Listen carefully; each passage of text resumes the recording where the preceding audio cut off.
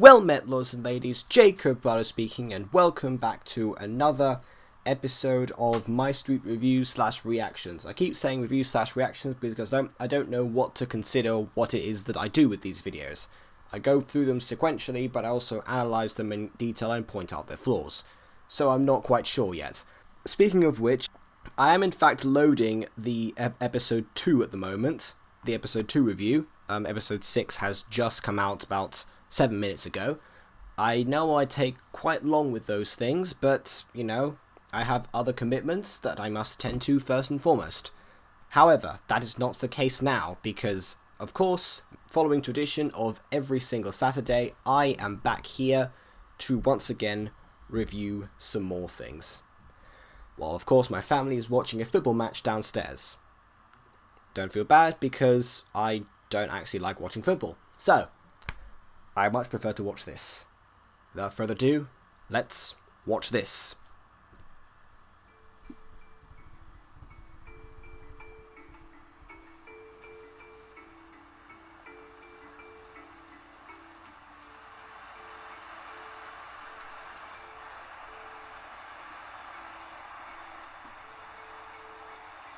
Right off the bat, that's a really clever setting. I love the fact that they've managed to actually find that place and probably even made it comfortable for themselves. It just shows how very unthorough the Guardian forces actually truly are. Although I guess they're looking for in areas of populated people first, maybe, because that's where the Ultimate would do the most damage. I guess that kind of makes sense. However, that is of no concern right now. Let us see what this hideout actually looks like.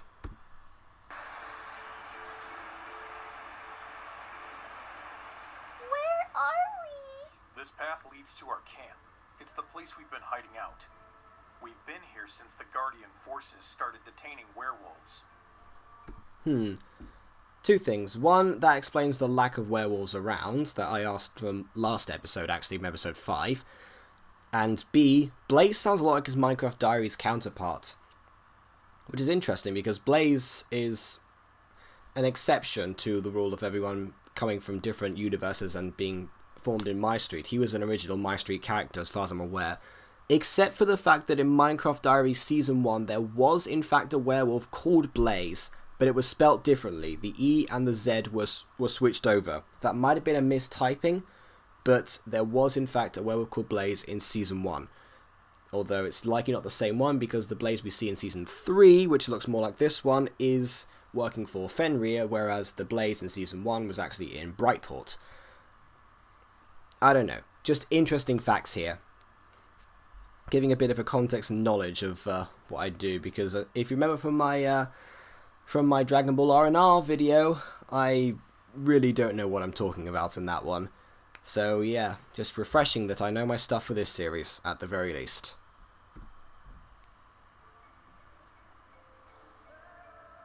They're looking for the Ultima. I don't think they know who the Ultima is, which is why every single werewolf is a suspect. That's awful. It also shouldn't be much of a surprise. It's a surprise to me because I didn't know what happened to the other werewolves. But they've been there, they know that the werewolves have been detained, haven't they? Or at least they would have suspected it somewhat, otherwise why on earth would the others just disappear all of a sudden? It does make sense. Although, to be fair, they should have stopped by now given all the wanted posters around of the Lycans, because they've clearly rounded it down to just them. So, I'm still slightly surprised at the fear of werewolves around in Starlight. Especially by the civilians. I'm pretty sure that Garrus should have not been that much of a reaction. Yeah. A lot of us have been captured already. Rylan, Maria. What? What happened? It was the day the Guardian forces landed. Rylan and Daniel were on the beach, and Maria tried to save them both. I couldn't stop them. Oh, hey, Kawaii-chan? Let me show you this cool geode up ahead. Huh? Okay?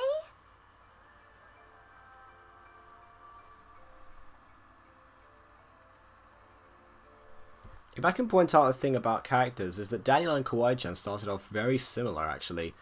Especially in their high school days, they seem to be both the cute and oblivious types. Obviously, we know for a fact that Kawaii-chan's was actually an act that she had formulated and integrated into her own personality, which I will tell you does happen quite a lot. If you act a certain way for a certain amount of time, it does become part of your personality. I know that because when I was 8 years old, that's what I started doing as soon as I started getting into theatre. And that's formed my personality to what it is today, and I've maintained that ever since, on purpose.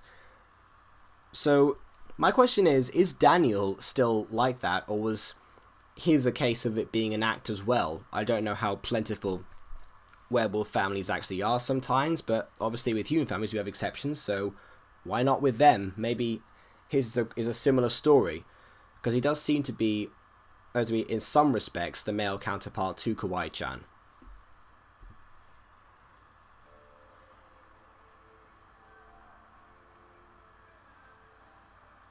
Everything all right? Aaron, I need to ask you something. Oh, sorry, I know I'm pausing and talking a lot, but notice how he's calling him Aaron, not Alpha. I'm assuming that in Aaron's absence, and obviously Maria's detainment, that Blaze has become the alpha of that pack. So I guess that now he has that position. To be fair, it should have made sense from the beginning, because apparently Blaze has challenged Aaron several times for that position, so he clearly wanted it in the first place, but that's the thing, Aaron was wounded at the time, so again, that just doesn't make sense about how powerful an Ultima really is. But yeah, so it does make sense that Blaze is the alpha, but I wonder if he's going to confirm that or not. And don't lie to me. Are you the Ultima?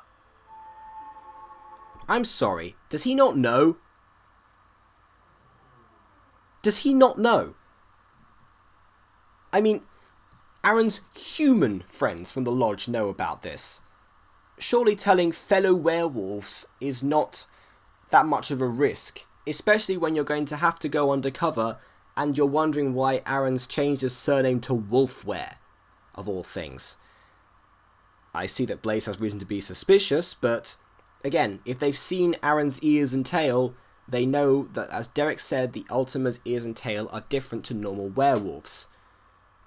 I can see why the average Starlight vacationer does not know that, but someone who spends a lot of time around Aaron and clearly knows that he's undergone physical therapy for something, a few questions would have been answered by Derek, by Aaron, by Rachel, by Melissa, by Daniel's mother, whoever.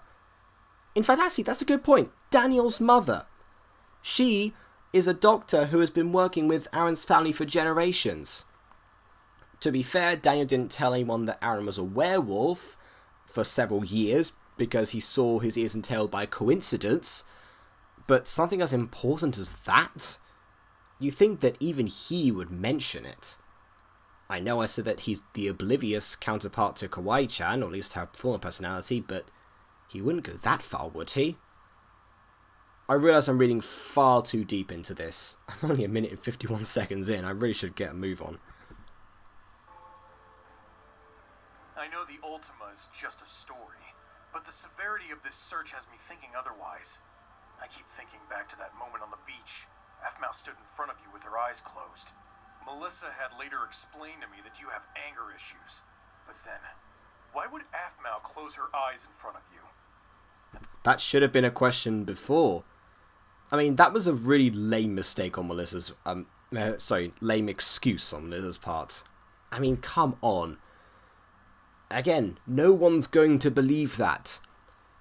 If a person has anger issues, you don't close your eyes around them.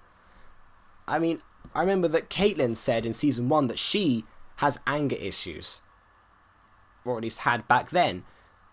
And no one closed their eyes around her, except Travis when he was worried about being hit, but that's more understandable, because he's generally a target. whereas Aphmau would never be a target of Aaron's. Even when she was possessed, he never once attacked her. He opened his arms. This is actually an Easter egg from Season 5 to Season 4, by the way. He opened his arms in the same way that Aphmau went to embrace him in Episode 1 of Season 5. That's an Easter egg that Jason commented on Twitter at one point. So again, I asked that question, who was going to believe that, and why was that the excuse, and why was Blaze not informed of this already? At the time, I didn't think anything of it. But now, thinking back, that moment just stands out in my mind. I'm not trying to point fingers, but I'm not blind either. Why is your family wanted? Why are they looking so hard to find you? Are you the Ultima?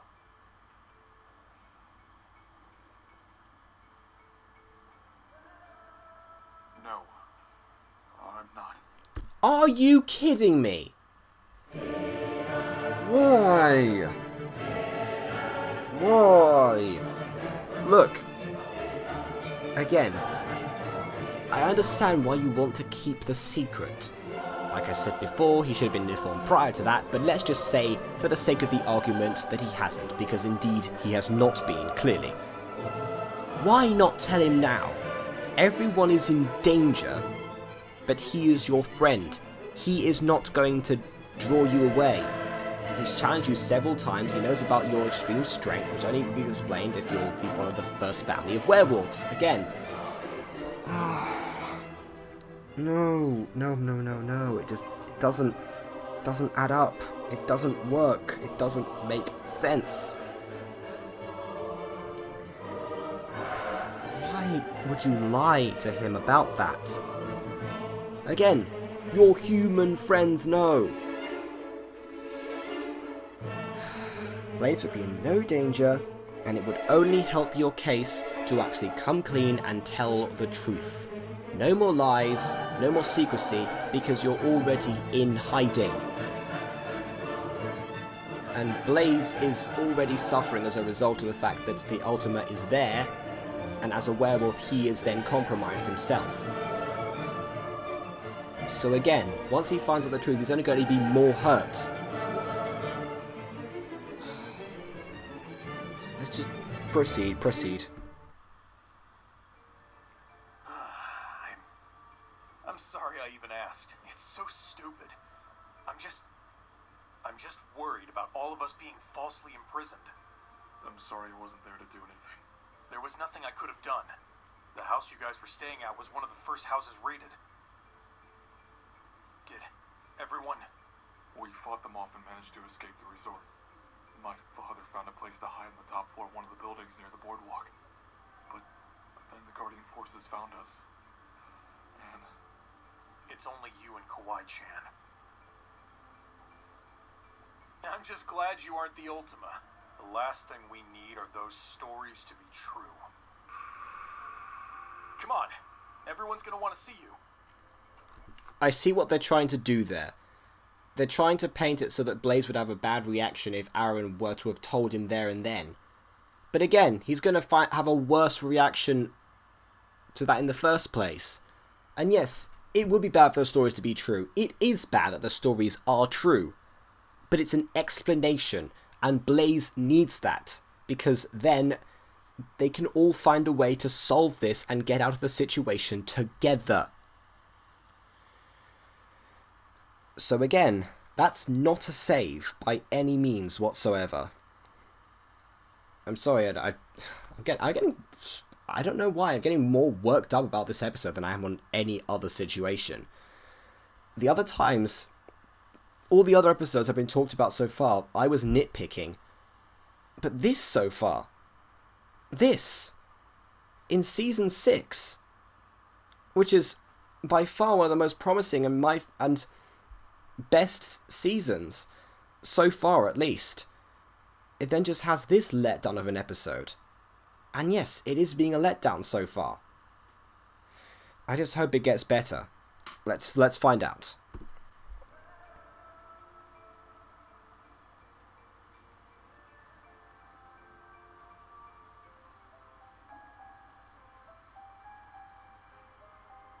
Sometimes I want to eat it because it's so pretty. Oh. Now, I was watching MCD and I'm like, this looks awfully familiar. And then I looked at these two side by side and I realized they have the same texture, except the MyStreet version is in bitted form. Let's keep moving. Oh, right. Daniel and Kawaii-chan are the saving grace of this episode so far. That's all I'll say about that.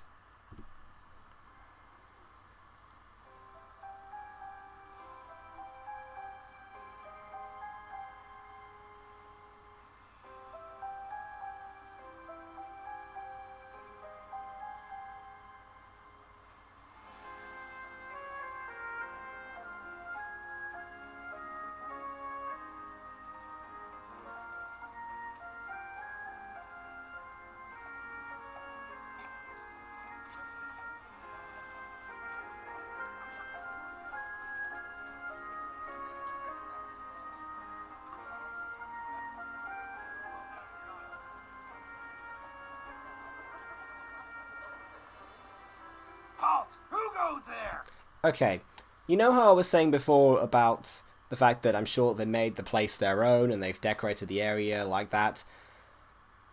I was expecting it to just be like a cozy environment just for the few of them. I mean, Dottie wasn't mentioned, so clearly she's around.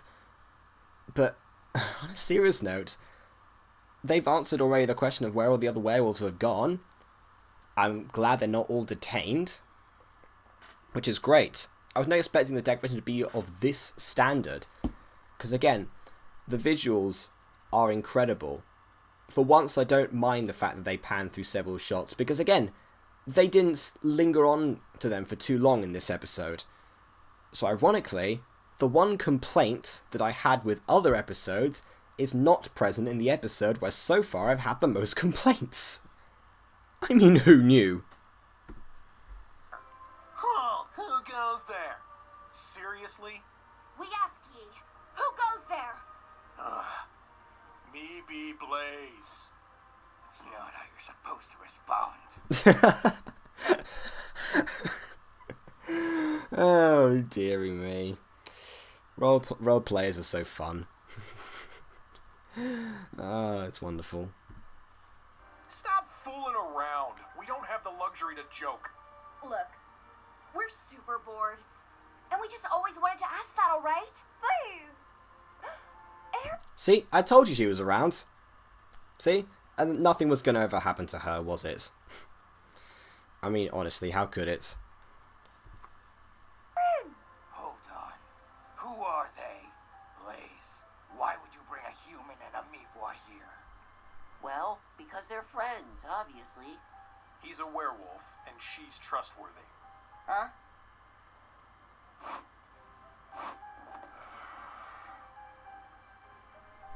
Well, that should answer that. But again, ultimate ears should be giveaway. Alright then. You guys can pass. Daniel, remember it's your turn to watch the back cave. Bat cave? Back cave! I thought you said, Oh, dearie me, Daniel. You are just a treasure. I can see why you're a Moontea's favourite character. A moment of silence, please, for Moontea. Alright, let's carry on. oh man, my life is over. So boring having a patrol.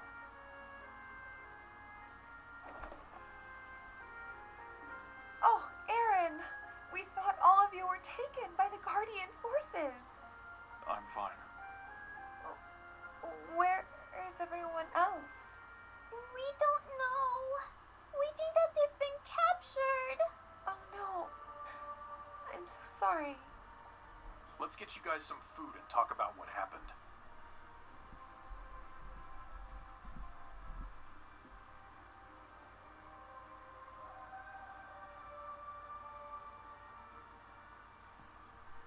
Ooh, I reckon at some point, in a future episode, or in this one, the Guardian forces are going to drop down that hole at the top. I'm calling it now. If that happens, remember these words. Or to be fair, anyone who watches my channel will not want to go and revisit this video because of the negative reviews so far.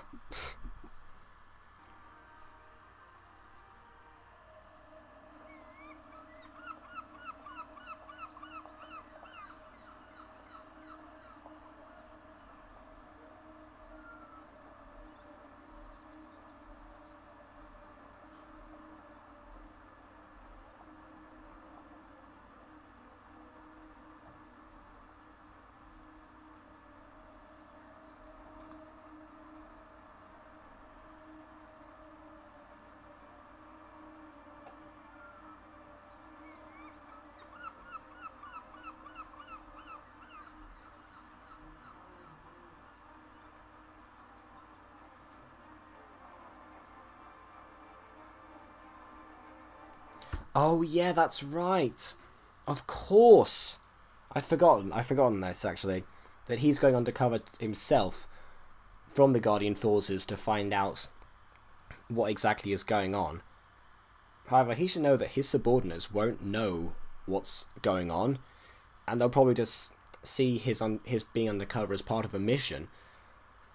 So he doesn't really need to hide from them, but I can see why he's doing it. Again, compared to the other inconsistencies in this episode so far, that's nothing.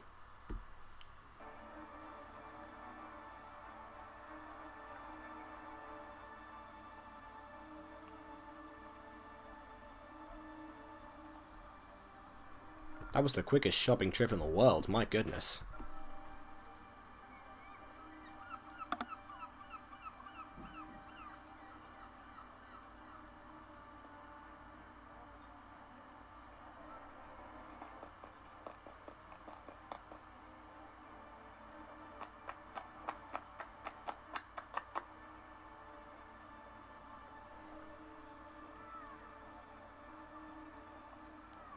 Darn it! Where'd they go?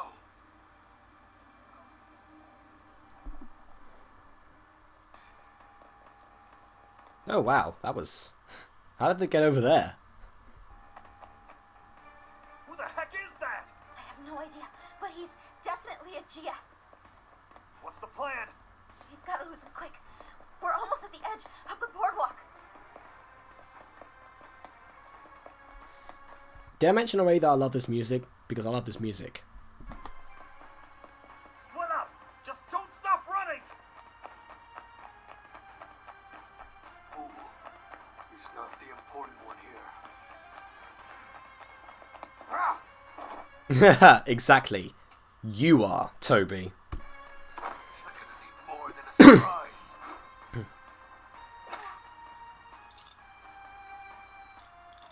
you actually think you could beat me? It doesn't matter.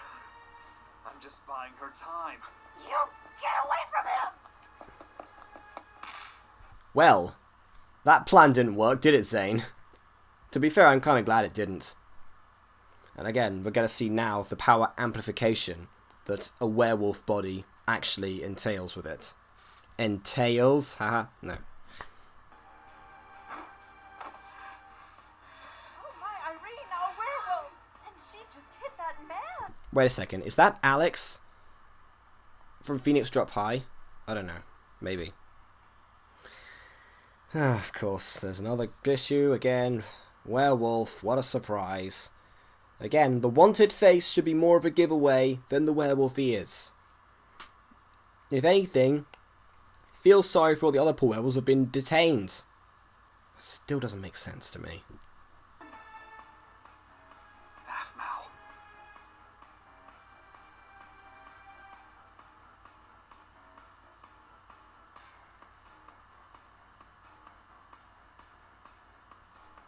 Wait a second. Look at that. Look at that detail of the legs. And the stance.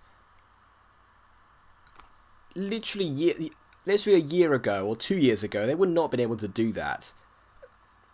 That just shows again the body postures of the avatars that they managed to put into this series. Even in a bad episode, they still make it visually brilliant. Can't rag on this series too much, can I? I mean, it is my favourite after all. He turned her.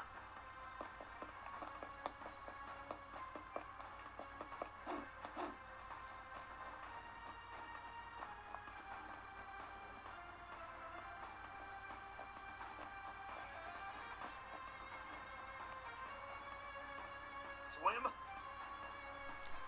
You have handcuffs on. What are you gonna do? I mean, yes, don't get me wrong. I know it's possible to swim with your arms restricted. Trust me. I was very experimental as a kid. I actually did that. I also swam with using my legs. I just like swimming. But yeah, still not ideal just in case something happens. You want to at least be able to use your arms and legs when you need them, not be restricted.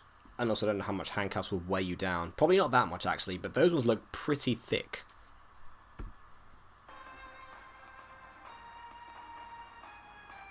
No time!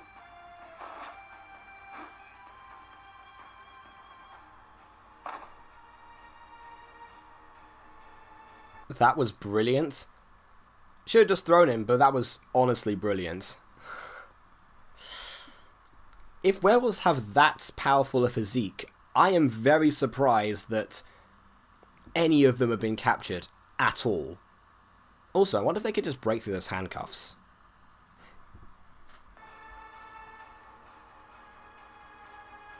Why do you protect Aaron? He's just a monster. It's only a matter of time until he cannot control the rage within him. And then what? That monster saved my life! He was willing to die just so I could be free! I owe him everything! Then how many innocent lives are you willing to sacrifice?